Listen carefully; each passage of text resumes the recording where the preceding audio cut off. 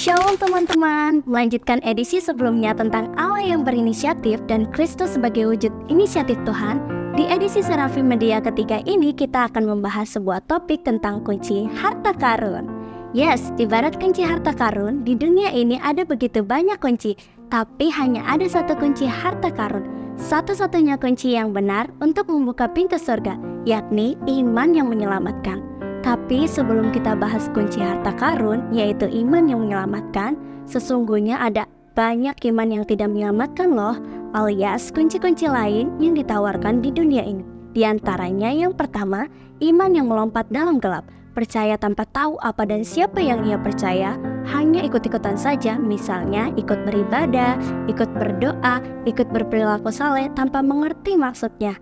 Iman kita didasarkan pada fakta, bukan pepesan kosong. Ia bangkit dan disaksikan lebih dari 500 orang saksi. Yang kedua, iman yang berdasarkan akal saja.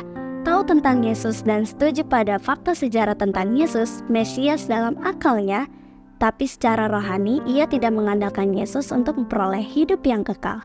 Yang ketiga, iman yang sementara. Sudah mengandalkan Yesus tapi hanya untuk hal duniawi yang sementara, seperti kebutuhan keuangan, keluarga, kesehatan, dan semuanya itu memang baik saja, namun itu hanyalah untuk keberadaan kita saat ini, yang bersifat sementara dan tidak kekal.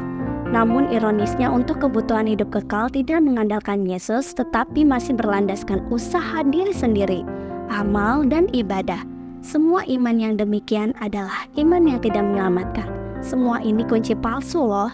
Tetapi kunci harta karun yakni iman yang menyelamatkan adalah mengenal dan mengandalkan Yesus saja sebagai Tuhan dan Juru Selamat untuk memperoleh hidup yang kekal. Yesus adalah jalan lurus kepada Bapa. Alkisah, seorang pria bernama Blondin akan menyeberangi air terjun Niagara di Amerika dengan berjalan melalui seutas tali baja. Pada pertunjukan pertama, Blondin berhasil menyeberang tanpa membawa beban.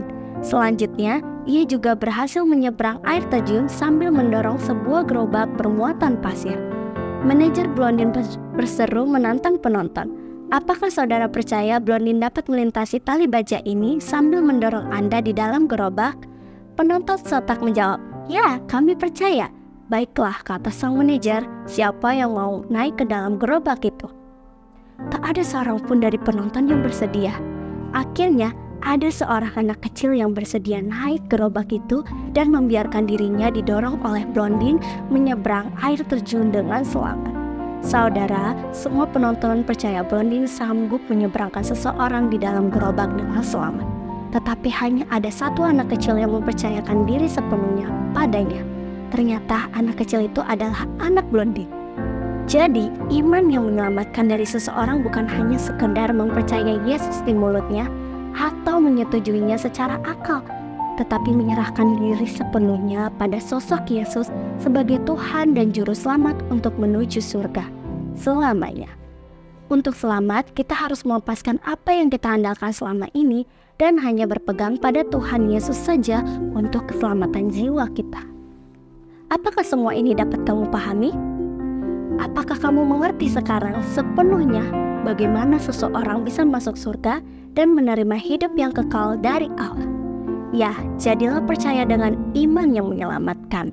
Kamu baru saja mendengar kabar baik tentang kisah terbesar di segala zaman, tentang pribadi terbesar yaitu Yesus Kristus yang mau memberi tawaran terbesar kepadamu saat ini, yaitu apakah kamu mau menerima anugerah hidup kekal ini?